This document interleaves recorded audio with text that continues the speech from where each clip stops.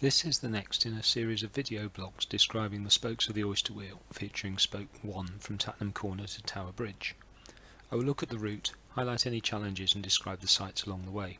To link it together, I'm using the Ordnance Survey's fly-through capability, which provides an overview of the route from the air. Spoke 1 uses National Cycle Network routes 22 and 20 to travel from Tattenham Corner to Earlsfield, before taking the London Cycle Network routes through Wandsworth and Clapham Commons to Battersea Park. It then picks up Cycle Superhighway 8 to Lambeth Bridge before finally following National Cycle Network Route 4, which takes it to Tower Bridge via the sites of the south bank of the Thames. It is 41 kilometres long and has 3 steady, gentle climbs, all of which are on tarmac. Under wheel it is also largely tarmac, except for some sections alongside the River Wandle. There are a number of major roads to be navigated, mostly by crossings, although there is one crossing of Blackfriars Road that needs particular care. There are 2 sections of more major road, the first from Clapham to Battersea and the second around Lambeth, though neither are narrow. Overall it's about 3 hours of cycling, plus time for stops. The start is at Tattenham Corner, made famous by the sweeping left-hand bend at the top of the hill on the Derby course at Epsom Downs Racecourse.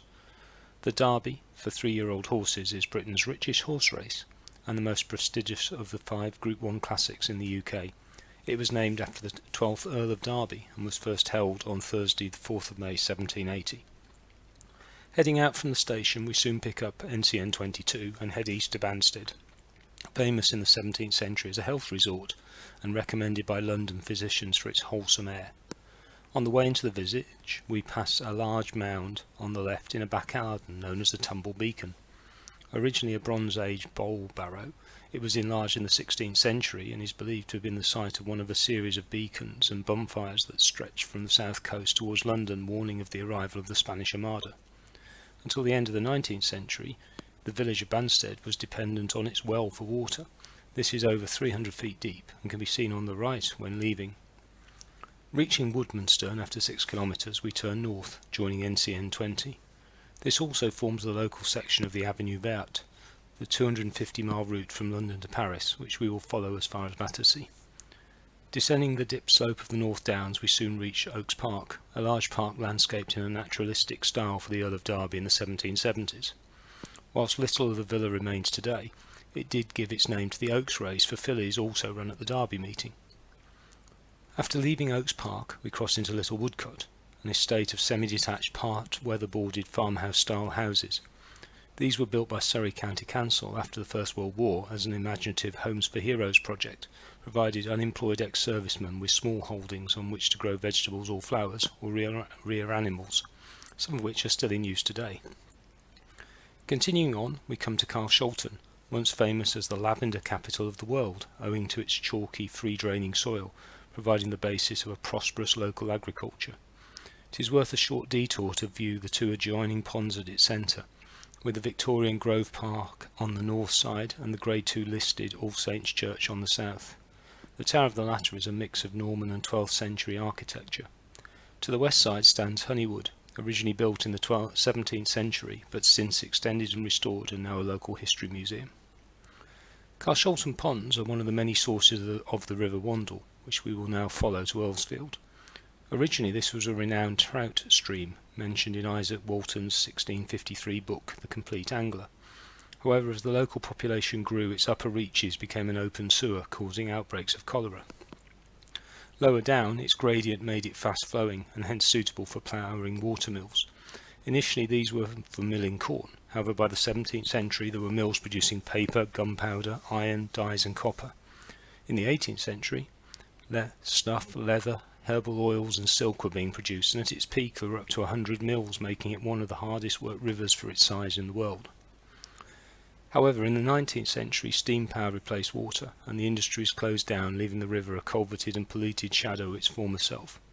Eventually plans were put in place to restore the lost river, with woodlands and nature reserves reclaiming the banks, and the former mill ponds becoming wildlife havens, connected today by the mixed-use Wandle Trail, which we can now follow. The early sections stay close to the river as it winds its way through housing estates, crossing it frequently. Herons can sometimes be seen on the banks fishing in the now clean water. Although several main roads are crossed, there are usually crossings to assist us. After 17 kilometres we reach the National Trust-owned Morden Hall with its cafe. The mills here produced snuff from the 1750s, and by the time they were purchased in 1867 by the Hatfield family, they were capable of producing 6,000 pounds of snuff each month. However, by the 1900s, snuff had become less fashionable, and they were closed in 1922. The estate had been used as a military convalescent home in the First World War, and now became a hospital for women and children run by the Salvation Army, with the estate providing jobs for the former mill workers. It was finally bequeathed to the National Trust in 1941. The Wandle Trail heads on, crossing the tramway before reaching Abbey Mills, site of the 12th century Merton Priory, and now home to the only remaining fully operational wheel on the Wandle, which can be seen from the track. The river is now concrete-sided and has a more industrial feel as the track follows local roads and tarmac paths to reach Earlsfield. Here we leave NCN 20 and instead follow the Avenue Verte east alongside Wandsworth Cemetery with its 600 war graves, eventually to cross the narrow Wandsworth Common and then to reach the much larger Clapham Common. From the 1790s, Clapham was a fashionable village where wealthy business people built their houses. Turner painted the view in 1805, showing it was relatively wild at that time, before it was converted to parkland in the 1880s. After turning north again in the middle of the common, the route passes the Grade 2 listed bandstand, the largest in London. On leaving the common, the Avenue Verte descends on a main road to Battersea Park. This 200-acre green space was opened in 1858, having been enclosed from the Battersea Fields, a popular spot for duelling which consisted of fertile marshes growing carrots, melons and asparagus.